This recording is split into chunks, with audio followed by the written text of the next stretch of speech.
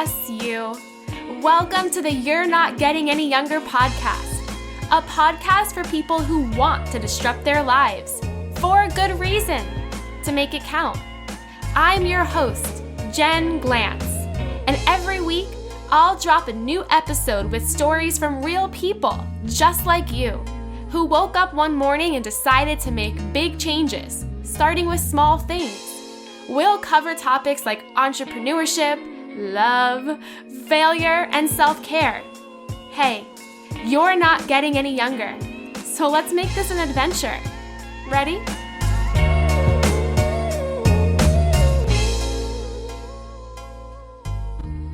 Hey, any youngers, it's me, your host, Jen Glantz, back with another episode of the You're Not Getting Any Younger podcast. I am coming at you today with my coffee. Yes, my coffee.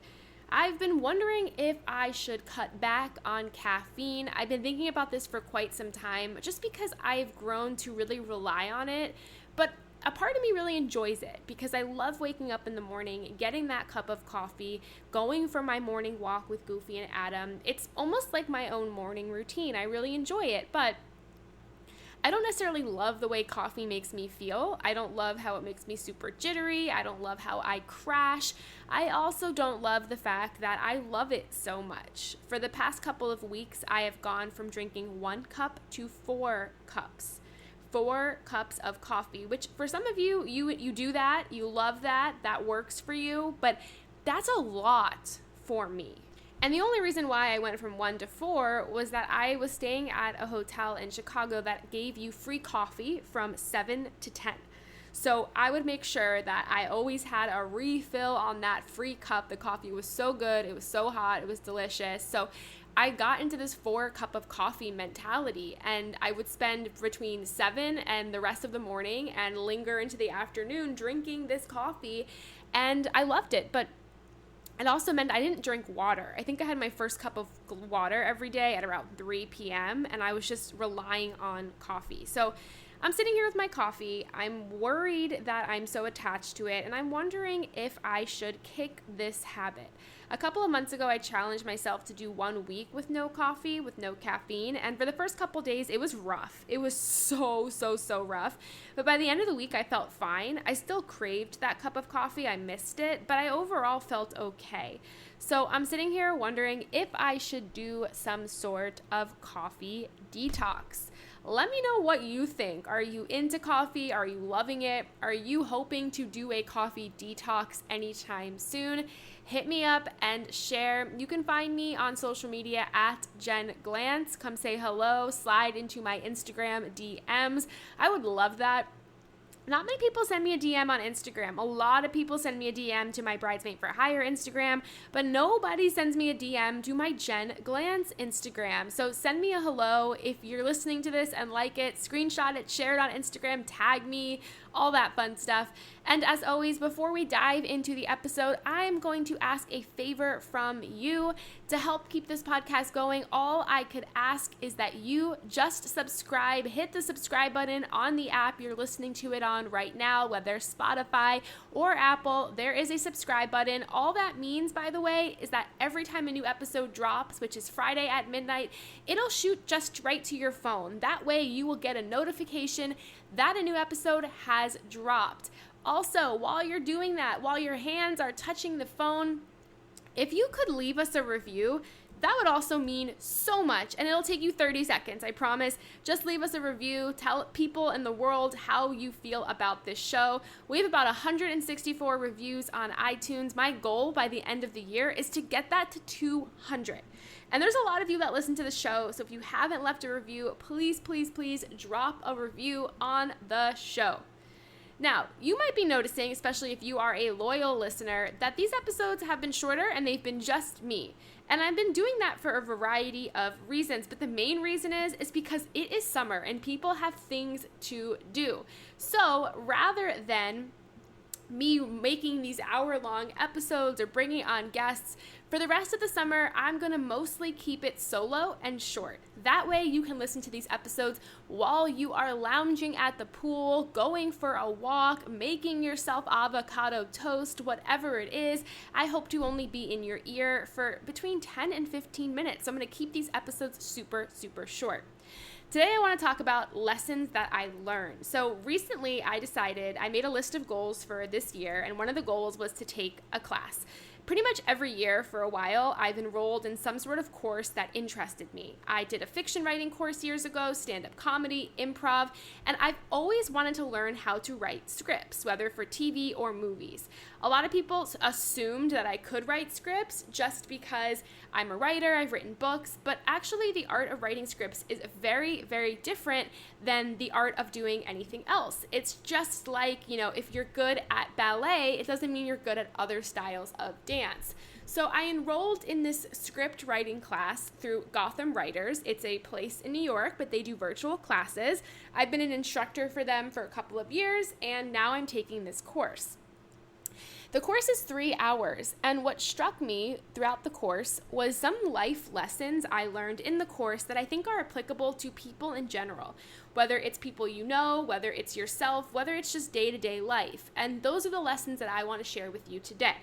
So in this course, in week 1, we learned about character flaws. We learned about how characters have to have desires. We talked about plots, and all of that just really related to everyday life. So here are 4 life lessons, and I'll explain each one of them, that I took from this script writing class.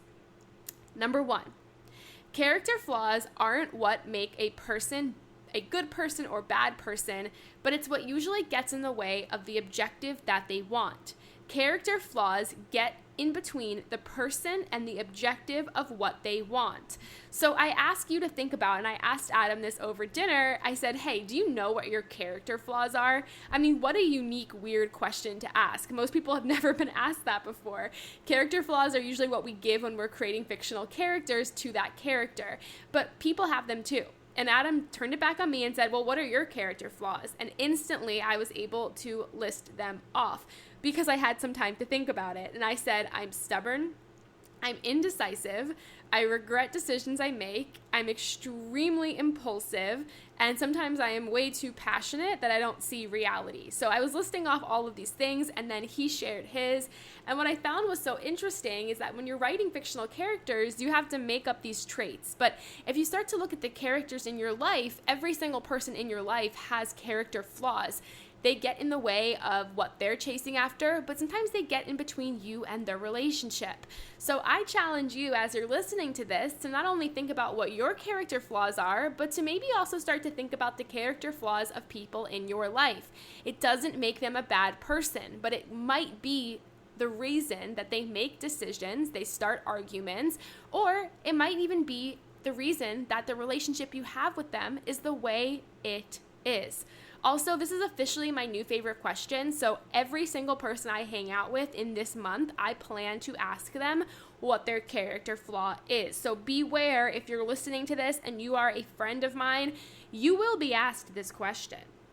Number 2, the only hard and fast rule in writing is that you can't be boring.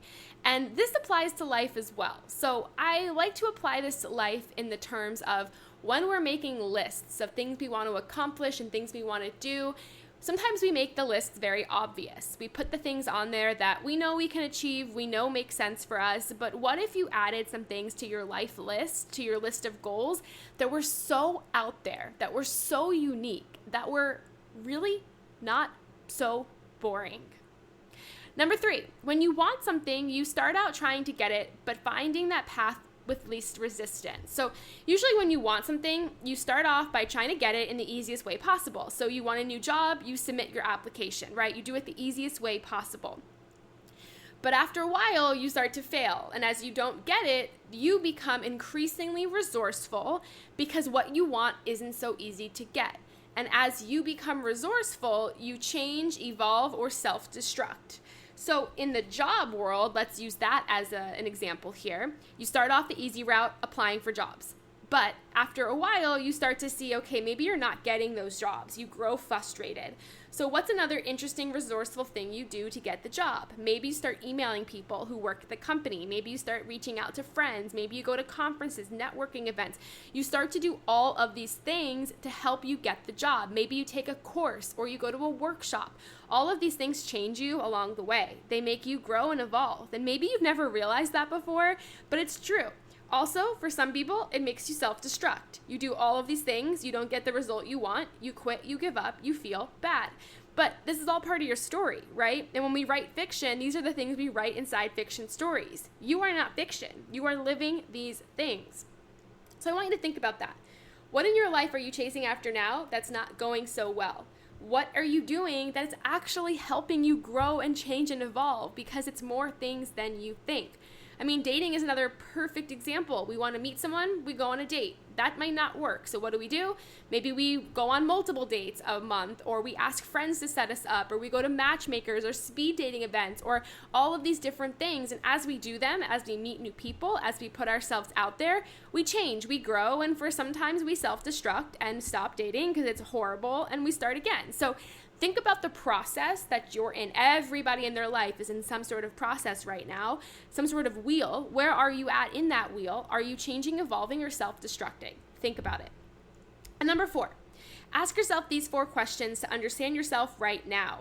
Every character needs an answer to these questions. What do they want? So my friend, what do you want? If somebody asked you that over lunch, which I will be that person to ask you that, what do you want? How would you answer? Why do you want it? What is your why behind your goal? It doesn't matter if it's a really strong, purpose-filled why, or if it's just because you want something. What are you doing to get it, and what stands in your way? Every character, every person needs answers to those questions. What do you want? Why do you want it? How are you going after it? And what is getting in your way? So these are some lessons I learned from my screenwriting class, and why I'm sharing them with you is it just struck me so hard that, yeah, these are decisions we make as writers with fictional characters, but these are also decisions and things that happen in our real life every day with us and the people who surround us. So what if you applied some of these lessons to things that are going on in your life? Or what if you started looking at people a little bit differently, knowing that their character flaws don't always make them a bad person, it just gets in the way of what they want? Well, that's this week's episode. I'll be back next week with a brand new episode, my friend. Please, please, please come hang out with us in the Secret You're Not Getting Any Younger Facebook group. Send me a DM on Instagram at Jen Glantz. Subscribe to this podcast. There's so much more good episodes coming your way. And leave us a review. It means the absolute world to me. Until next week, all my love, Jen Glantz. Hey you! Thank you for listening to the You're Not Getting Any Younger podcast. There are hundreds of thousands of pods out there, so thank you for listening to this one. You can find the show notes for this week's episode up on our website, anyyounger.com. Subscribe, rate, and review the You're Not Getting Any Younger podcast on iTunes so that other ears around the world can listen too. Oh, and join our secret You're Not Getting Any Younger Facebook group, where over 1,000 people are talking about how to disrupt their lives. For a good reason, to make it count. Until next week, all my love, Jen Glantz.